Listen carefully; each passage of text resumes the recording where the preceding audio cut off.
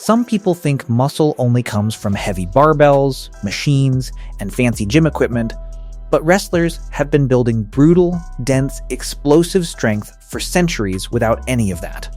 No bench press, no leg press, no cables, just body weight, grit, and movements that force the human body to become strong in every direction at once. And what you're about to see are 8 wrestler exercises that, when done correctly, don't just build muscle, they build a type of strength most gym workouts can't even come close to matching.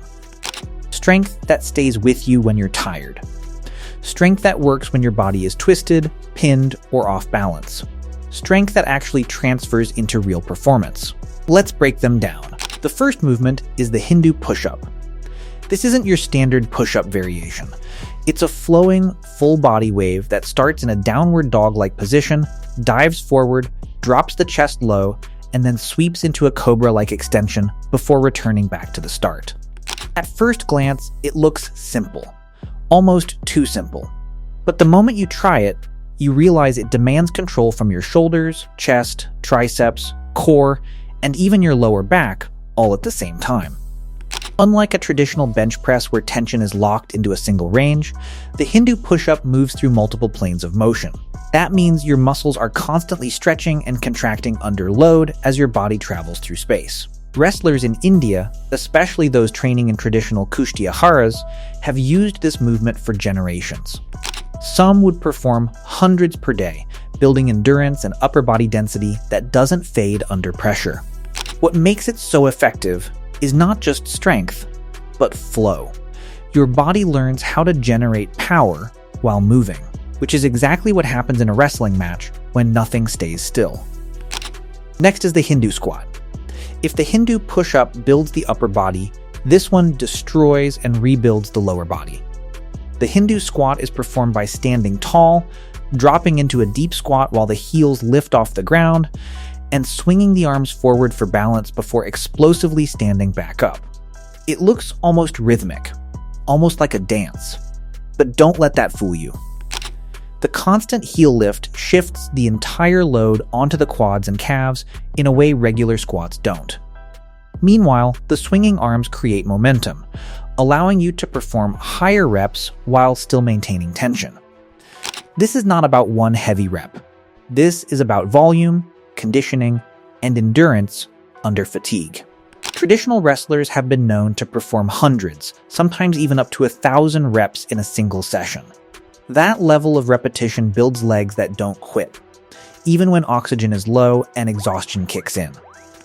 And in wrestling, that matters more than raw 1-rep strength.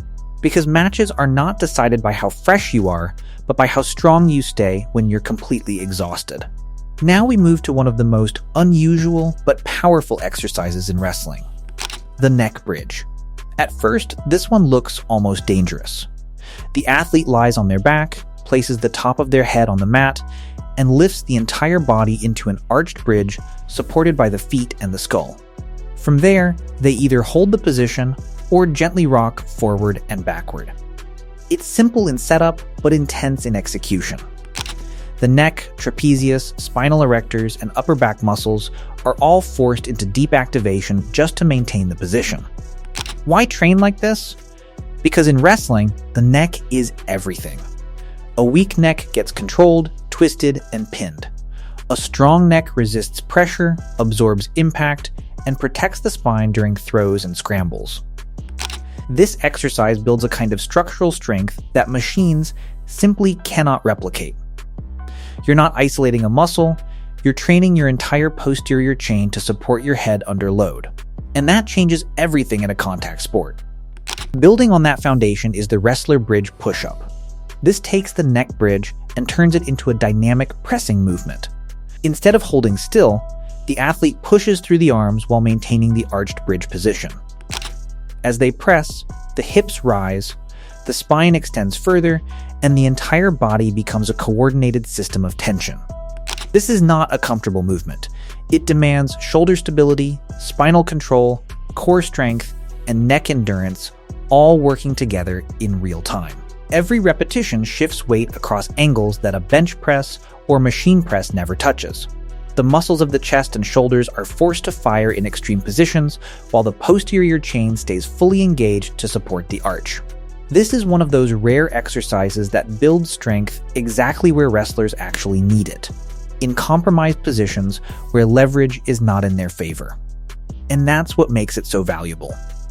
Next are two of the most fundamental grappling drills in wrestling, the sprawl and the hip escape. These are not flashy, but they are brutally effective. The sprawl begins with a quick, explosive drop of the hips toward the mat while the legs shoot backward. This sudden motion activates the glutes, hip flexors, and core in a fast defensive reaction. It's designed to stop takedowns. Then comes the hip escape, also known as shrimping. In this movement, the athlete pushes off one foot, rotates the hips, and drives the body sideways while creating space using the elbows and shoulders. When practiced together, these drills become continuous movement across the mat. And here's the key detail. They don't just build technique. They build muscle under motion. The hips become explosive. The core becomes reactive. The body learns how to generate force while sliding, twisting, and recovering. Most gym exercises train muscles in isolation. These drills train survival movement. And that's a completely different level of strength. Now we shift to a classic upper body powerhouse, the rope climb. This might look simple, but it is one of the most complete pulling exercises ever created. You start at the bottom of a rope and pull your entire body weight upward using your arms, back, and grip. In strict versions, the legs are not used for assistance, meaning every inch of ascent depends entirely on upper body strength. The biceps fire continuously. The lats engage deeply. The forearms burn under constant grip tension. And unlike machines where resistance is guided and predictable, a rope climb is unstable and demanding. Your grip must adjust in real time. Your body must stabilize as you rise. Every pull is slightly different from the last. For wrestlers, this directly translates to controlling an opponent's upper body, fighting for underhooks, breaking grips, and dragging resistance down to the mat. There is no machine in a commercial gym that builds this combination of grip, pull strength, and coordination at the same time. Now we come to one of the most dynamic wrestling movements, the Granby Roll. Named after the Granby High School wrestling program in Virginia, this movement involves rolling diagonally over one shoulder, rotating the body, and immediately recovering back to a base position. It looks fast, and it is. But it's not just about speed, it's about control through chaos. As you roll, the shoulders, obliques, hips, and core all engage to guide the body safely through rotation. The rotator cuff especially works to stabilize the shoulder joint under rapid movement. This builds something most training ignores: reactive strength. Not slow, controlled lifting, but the ability to generate force while rotating, twisting, and recovering instantly. Wrestlers use this movement to escape bad positions, reverse control, and maintain pressure under unpredictable situations. And over time, it builds shoulders that are not just strong, but resilient in motion. Finally, we have the Fireman's carry squat. This is one of the most demanding partner-based strength drills in wrestling. One athlete lifts another across their shoulders in a fireman's carry position, then performs deep squats while maintaining balance and control. Unlike a barbell, the load here is not stable. The human body shifts, breathes, and reacts.